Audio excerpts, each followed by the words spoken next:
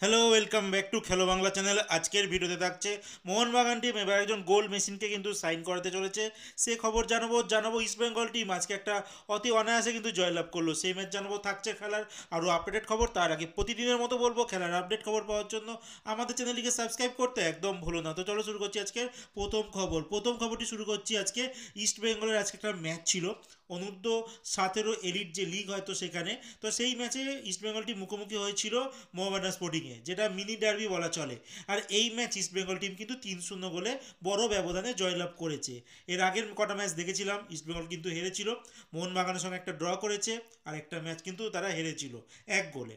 এরপর তারা মোহামেডান স্পোর্টিংয়ের সঙ্গে আলটিমেট জিতলো 3-0 গোলে।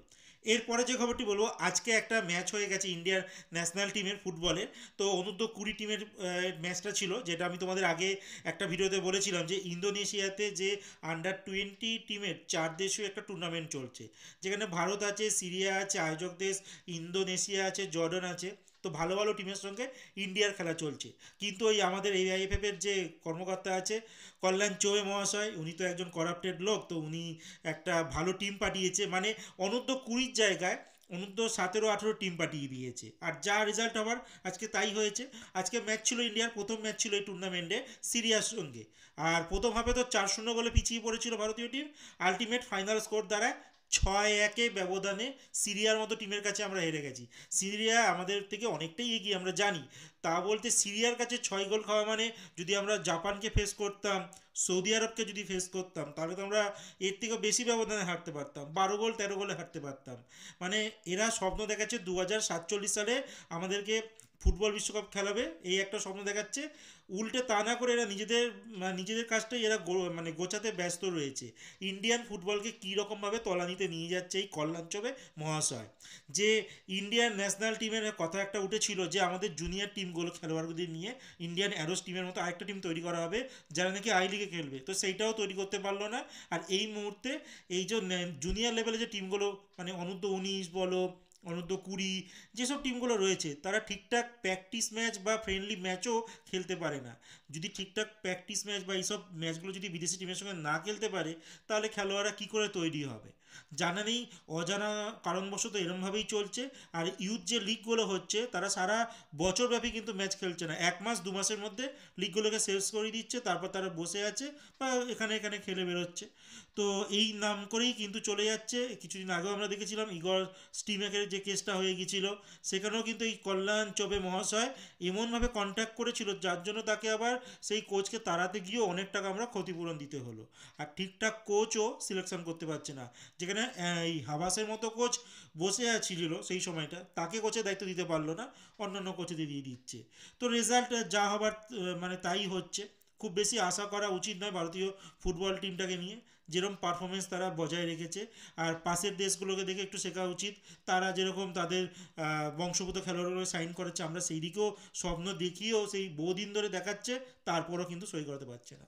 যাই হোক, এরপরে যে খবরটি বলবো, গতকালকে আমাদের ইন্ডিয়ান সুপার লিগ, যেটাকে মানে সার্কাস লিগও বলে, তো সেখানে হায়দ্রাবাদ এফসি কিন্তু 3-2 গোলে জামশেদপুরকে হারিয়ে দিয়েছে। আর এই ম্যাচে জামশেদপুরের যে দুটি গোল হয়েছে, দুটোই হার্নান্ডেজ করেছে 24 মিনিট আর 28 মিনিটে পেনাল্টি থেকে, দুটো গোলই পেনাল্টি থেকে করে। তো এখানে কিন্তু একটা পেনাল্টিতে বিতর্ক বেঁধেছে। ক্লিয়ার দেখা যাচ্ছে যে হার্নান্ডেজ নিজে প্লে অ্যাক্টিং করে শুয়ে পড়লো, আর রেফারি কিন্তু সেটাকে পেনাল্টি দিয়ে দিল। মানে হায়দ্রাবাদের খেলোয়াড়রা কিছু করেই নি, তারপরে পেনাল্টি দিয়ে দিয়েছে। যাই হোক, সার্কাস লিগে সার্কাসগিরি চলছে। আর যাই হোক, এবার জানাবো যে হায়দ্রাবাদ এফসির ও 3খানা গোল কে কে করে। মোহাম্মদ রফি 12 মিনিটে একটি গোল করে, সানি 69 মিনিটে, আর আলবা 74 মিনিটে গোল করে। আলটিমেট এইসব করার পরও কিন্তু হায়দ্রাবাদ এফসি এই ম্যাচটি জয়লাভ করে। আর হায়দ্রাবাদ এফসি জয়লাভে কিন্তু মোহনবাগানের অনেক সুবিধা হলো, কারণ মোহনবাগান টিম তো এই জামশেদপুরের সঙ্গে কিন্তু একটুখানি রেসারেসি চলছিল। জামশেদপুর যদি জিতে যেত, তাহলে তারা একটা ভালো জায়গায় পৌঁছে যেত, অনেকটা পয়েন্টের ব্যবধান কমে আসতো, বাট সেটা আলটিমেট হয়নি। যাই হোক, এরপরে যে খবরটি বলবো, চার্চিল ব্রাদার্স কিন্তু তারা নিজেদের আইভরি কোস্টের বিদেশি খেলোয়াড় যে কিজো, তার সঙ্গে কিন্তু কন্ট্রাক্ট মিউচুয়ালিভাবে মানে কাট অফ করে দিয়েছে। আর এই খেলোয়াড়টি এবার আই লিগের ক্লাব রিয়াল কাশ্মীরের হয়ে খেলবে। আর রোমারিও জেসুরাজ, নামটা অনেকটা শুনেছ, তাকে কিন্তু চার্চিল ব্রাদার্স গোকুলাম কেরালা থেকে লোন ডিলে কিন্তু নিয়ে এসেছে তাদের ক্লাবে।